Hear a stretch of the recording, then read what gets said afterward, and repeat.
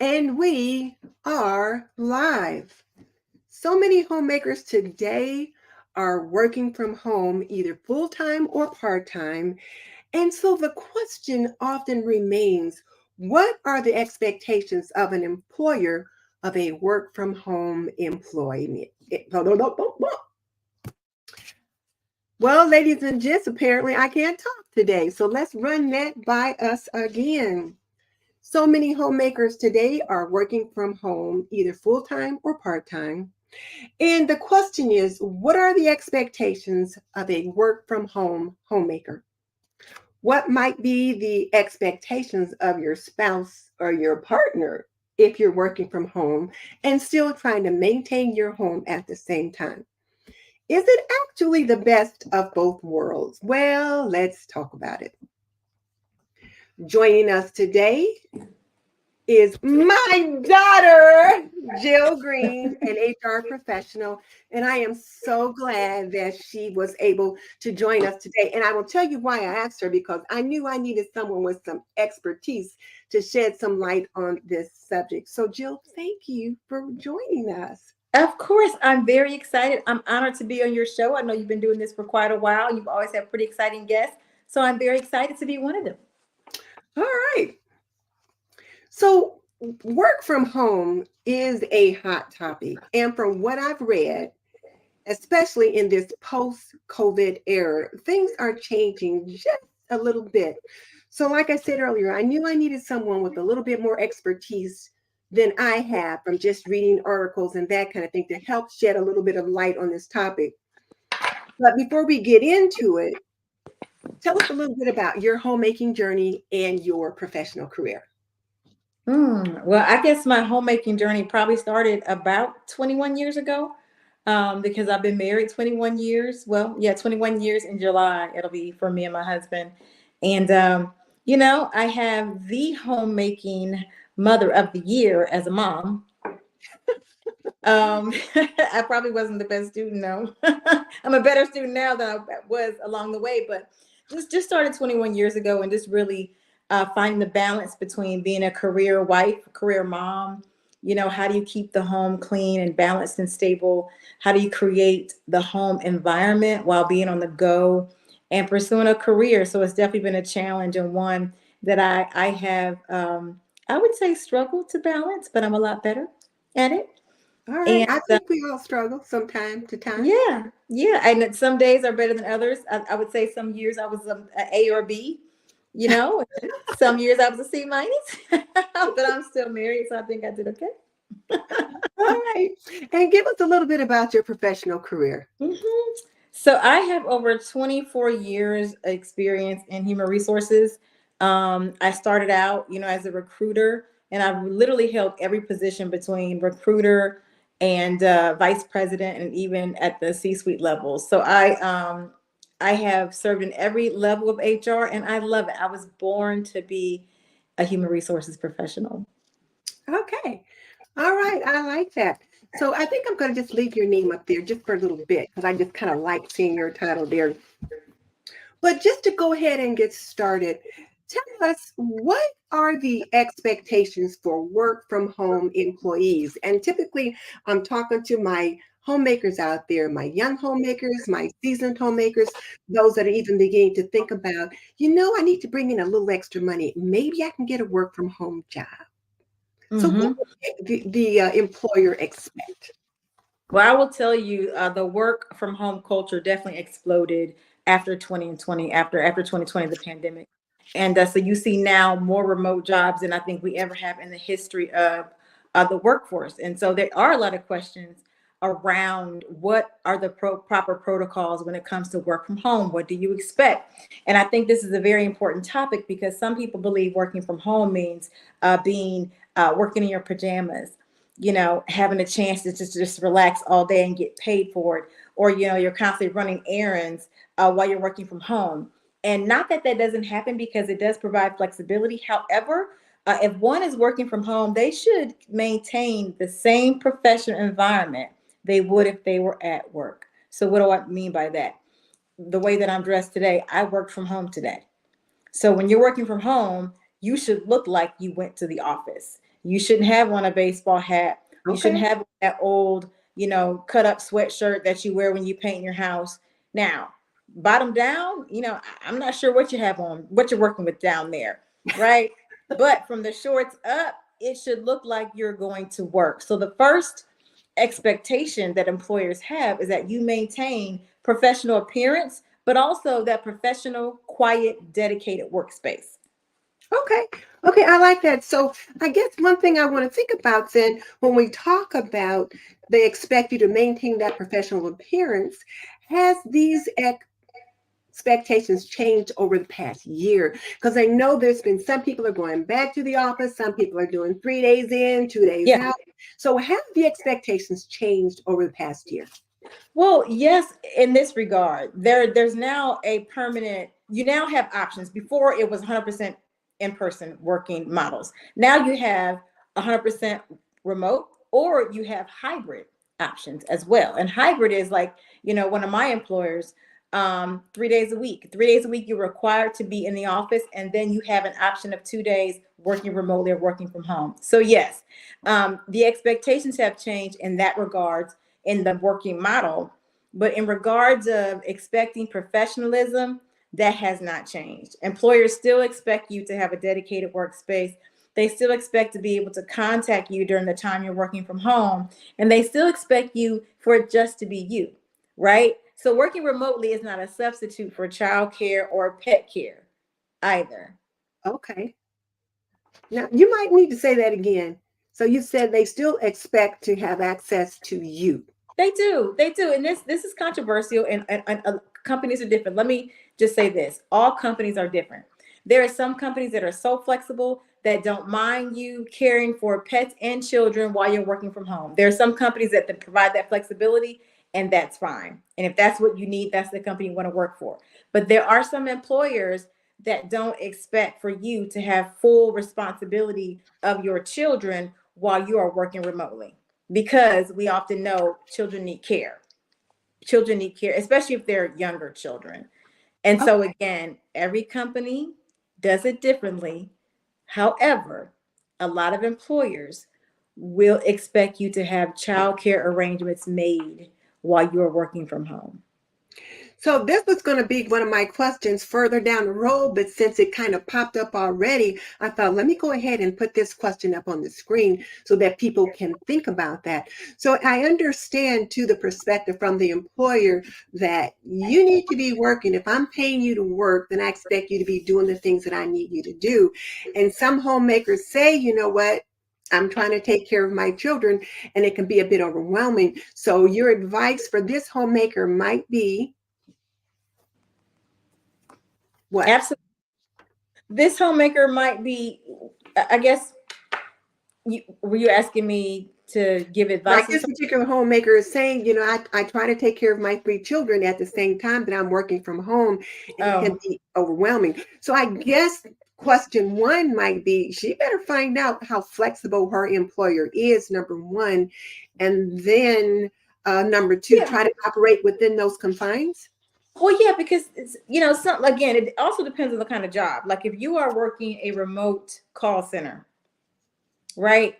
It might allow you, it might allow you to step away from your call or from your desk, maybe every 2 hours so you can step away and take care of the kids. However, that may not be the option. And so either you need to find a remote job that allows you the flexibility to do that, or attempt to find solutions for childcare. Okay. All right. Thank you for that. All right. Let me back up now and just see where we were. So, And let me pause too on that question, Mom, because when this person says I work from home and I'm trying to take care of my 3 kids, work from home can mean a broad number of things, right? When I'm talking about working from home, I'm speaking of, the traditional working for a corporation that allows you, to work from home. But some people have their own business and they're working from home, right? And so if they're working from home with their own business, that scenario is different, because them doing their own business and taking care of their 3 children, that's completely different, because they may not have the funds at the moment to provide additional childcare and work their own business. And so with that, I would say time management is going to be very important. But that person, I would say, make sure you're chunking your time, maybe, 8 to 10, you're working and your kids have, a certain activity that they're engaged in. Right. And then you can maybe stop for an hour and engage with your children. So I'd say they would have to structure their time differently. Okay. Oh, thank you. That was great. I hadn't thought about some of those things. All right. Okay, so does working from home affect my ability to be promoted? Now, that's something that I was thinking about because I know when I used to work in the arena that I was in, if you worked part-time, it was a little bit more difficult to get promoted than those that worked full-time. So how does that affect the work from home environment to those that are working, say, in the office all the time? Mom, this is a very tricky question. And it is one that I would say is a little controversial. So I will say this, visibility is a key factor and moving forward at work in your career. Visibility is very important. And so for those who are interested in getting promoted or being recognized for their work or wanting to be selected for additional assignments or stretch assignments, I would say increase your visibility. And that would mean, you know, increasing your visibility in the office or in the workspace if you have that opportunity. Honestly, it can impact your ability to be promoted or the rate at which you're promoted. It might take longer. Now, that's just the truth. I mean, being visible is important. It's important because you are creating some of those organic relationships that happen real time in the office that are difficult to have when you're always remote, or you're picking up, gems and nuggets and best practices when you're there in person with the team. That's hard to get when you're only remote. So it doesn't have to affect your ability to be promoted, but it can. Okay. And I guess that makes perfect sense. The fact that if you're not as visible, the person that's visible and more accessible to those that are the higher ups are probably going to get more choice opportunities and just more ability to show what they can do in the workforce because they're there on site. Okay. Well, that's exactly right. I mean, people just can't see you. And this is the other thing. When you are remote, you are limited to interacting with the people that you're in meetings with. That's it. Because when you're remote, you're only talking to the people that you have set meetings with, which are normally the people in your sphere of influence. So you don't have a chance to see people from other teams, from other departments, from different leadership levels, because you only get to meet with those people that are in your sphere of work. That's why being in person is so great, because you have the opportunity to diversify the group of folks that you interact with. Okay. Well, let me just pause for the call for a second. If you are just joining us, I am Denise Jordan, your host, and this is Homemaking with Purpose, our bi-weekly show where we bring to you the best ideas, information, and interviews for today's homemaker. And with us today, we have Jill Green, an HR professional, my daughter, Jill Green, an HR professional. And she is here just to shed a little bit of more light on the work from home arena. And then today's episode of Homemaking with Purpose is brought to you by Apron Diva. Pretty and practical. We believe that an apron can be a homemaker's best accessory. And right now, we've got in some new things for Mother's Day. It's just around the corner. So we've got in our new True Elegance line with some really pretty girly gift ideas for the ladies in your life, as well as some half aprons that you guys have been asking about. We've got one inspired by Barbie. This one is called Chrissy, and then just some other ones that we have here. So do check us out at www.aprondiva.com. And we were going to get back into the conversation. So now this is something that I've had come up when I talk to some of my homemakers, and the question that they have is it mandatory to turn on my camera during a Zoom meeting? And then another question that came up was, can my employer force me to turn on my camera during a Zoom meeting? So that camera thing is a hot topic. What can you tell us about that? Well, I'll start with, why wouldn't you want to turn your camera on? If you're at work, when you walk into the office, you're present. So why, you're at work, you're getting paid to work for this organization. Why wouldn't you want to turn your camera on? That's my first question, right? I might The not be second, camera ready. well, but why wouldn't you be camera ready? You're at work. You're at work. Okay. And so this also, though, links to the conversation we had earlier about being seen and being visible. It is very important. And so, my work environment is hybrid. So people are in the office 3 days a week. The other 2 days, people are remote. And so we have a lot of, Teams meetings or meetings like this one. And in our environment, it's a requirement. If you're in the meeting virtually, your camera has to be on. It is an expectation of our organization because it shows that you're engaged. Now, for those people who don't turn their cameras on, because sometimes people forget to turn their cameras on and they don't do it unless they're asked, we can have a whole meeting and discussion and that person is not called on, or we can forget they're there, especially if they don't have they're not vocally involved, if they don't have a part in the meeting, if they're not leading the meeting, if they're not contributing to the meeting, we forget they're even there because it's just a box on the screen, and some of them don't even have their picture on. And so it just feels a little like they're disengaging a little bit, and they could be fully engaged. So in our environment, yes, we can expect you to turn your camera on because this is a paid work day.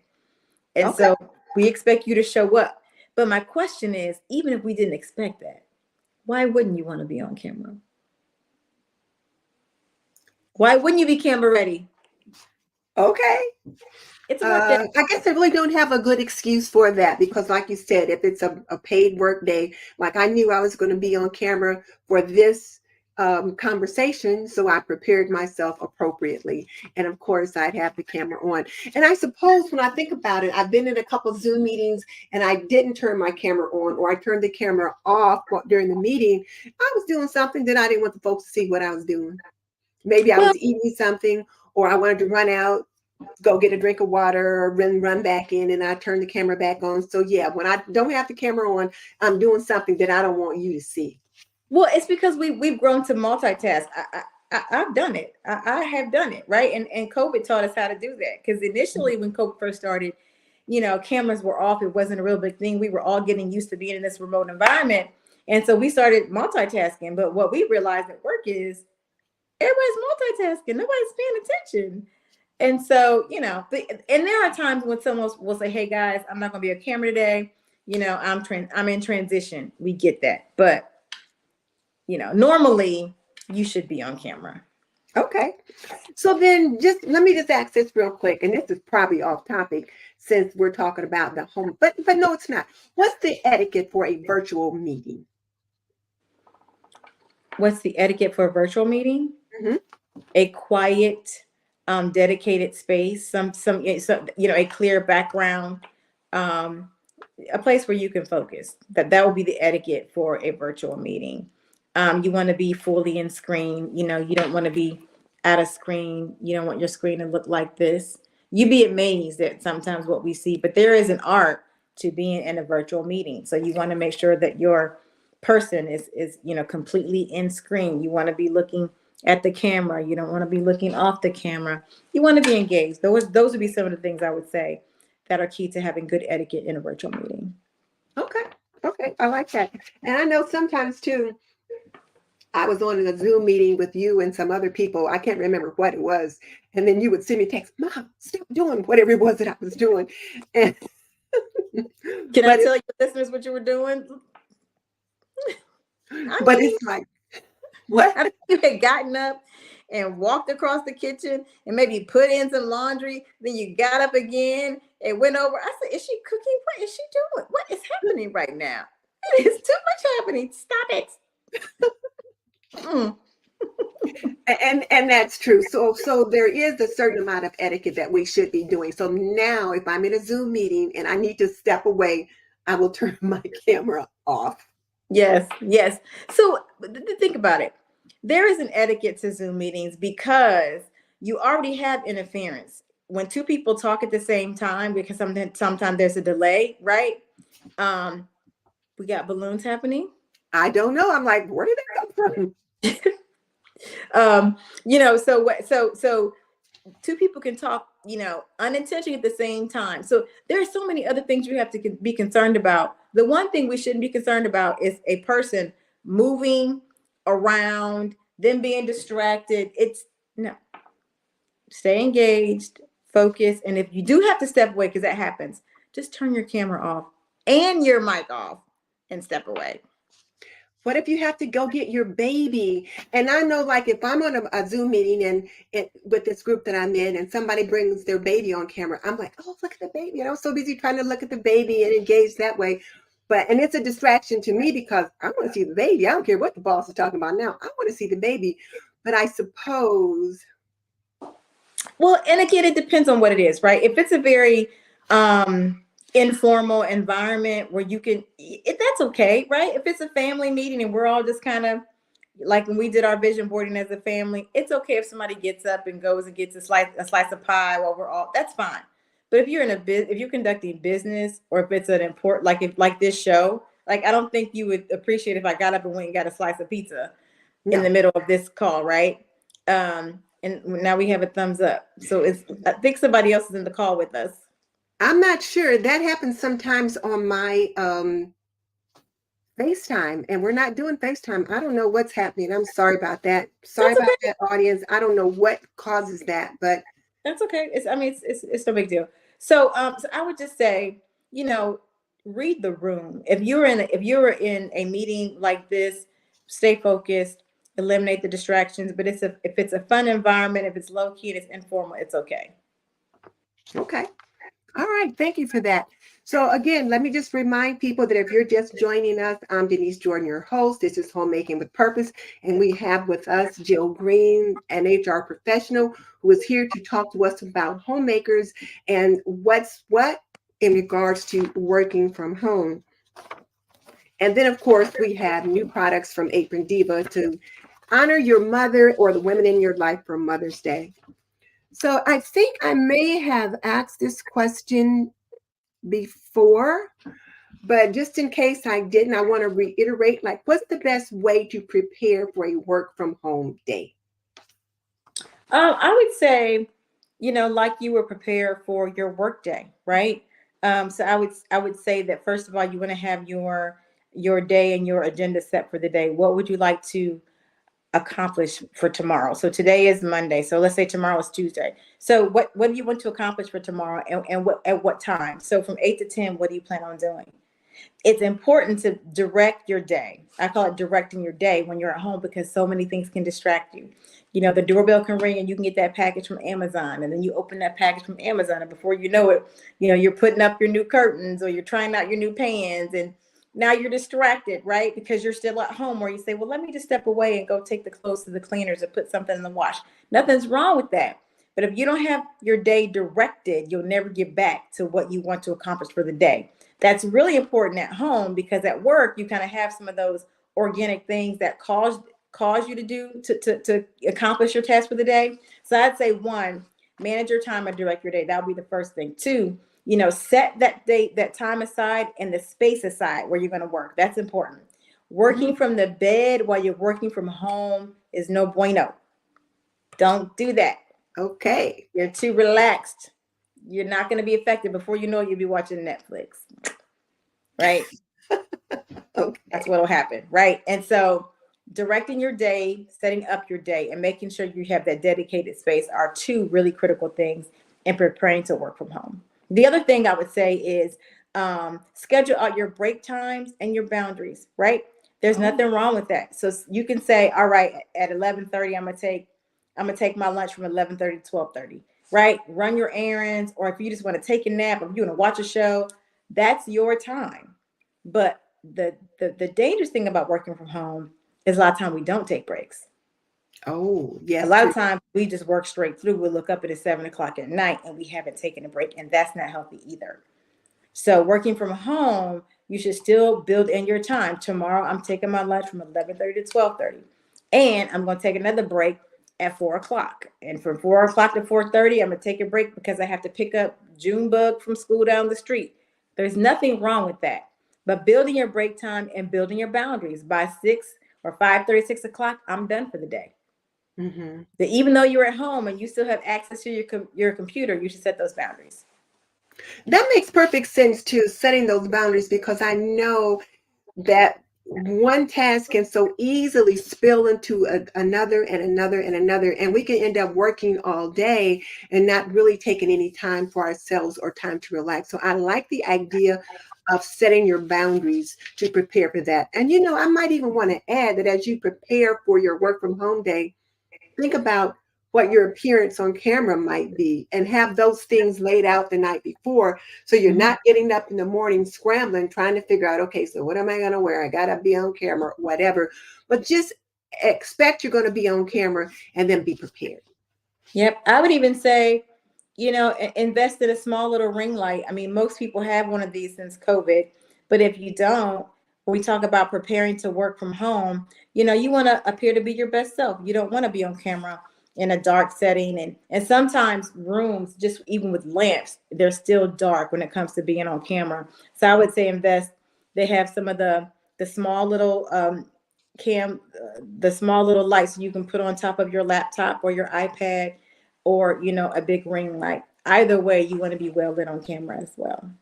Okay. Okay.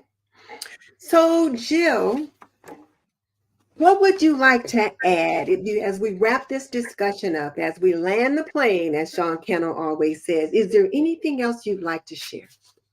Well, I just say, working from home is a great flexibility, and people do it for different reasons. Some people are doing it just for extra money because they need some extra dollars to either, care for their family, or, to go on vacation, and that's fine. But some people, it's actually part of their career. Some of them actually leverage working from home as a benefit to their career. Either way, just do it responsibly. It can be a great benefit.